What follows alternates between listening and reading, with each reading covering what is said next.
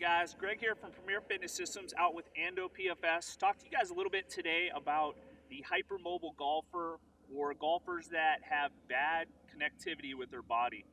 You know, one of the issues we see, especially with a lot of our younger golfers, is their inability to kind of get good, consistent sequencing because they have bad control of their muscles in the body.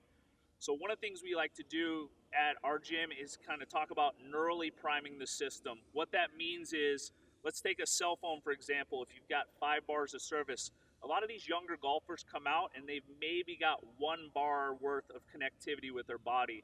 So using some simple exercises that we'll go through today is going to allow you to bring the connectivity to a 3 or 4 bar in a matter of minutes. So whether it's pre-round or going out before you hit some balls, you're going to connect your golfer with their body that much better. So as far as consistency, better sequencing, they're going to get a lot more out of their game.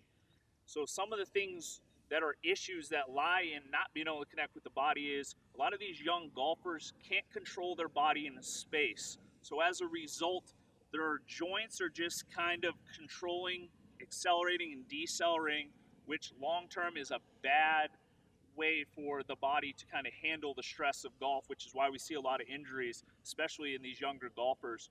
So one of the things I want to talk to you today about is the hypermobile athlete, what it typically looks like, and what we're going to do to kind of fix that. So I'm going to have Ando set up here in his swing. So a lot of times in a hypermobile athlete or someone with bad connectivity, what we tend to see is the S posture. So you're going to have that anterior pelvic tilt.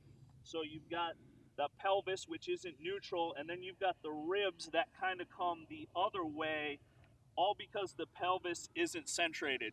So when we talk about performance as it relates to a golfer, the better a joint sits in the center of a cuff, the better I'm going to get as far as a signal, the more tension I can create, better consistency I'm going to get. So in that position, starting to actually be able to have my golfer talk to his pelvis so that he can come out of that tilt and bring the pelvis to neutral, what that's going to do is allow him to activate his hamstring better, get better loading, and then also when the pelvis moves into a better position, I'm able to get the ribs into a better position.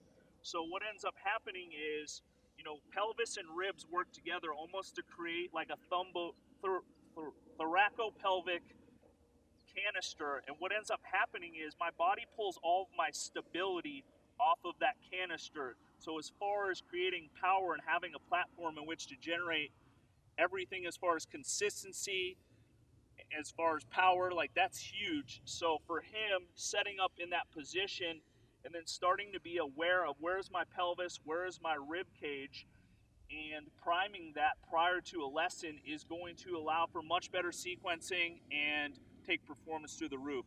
So what I've got today is about 5 minutes worth of exercises that you can do prior to a round.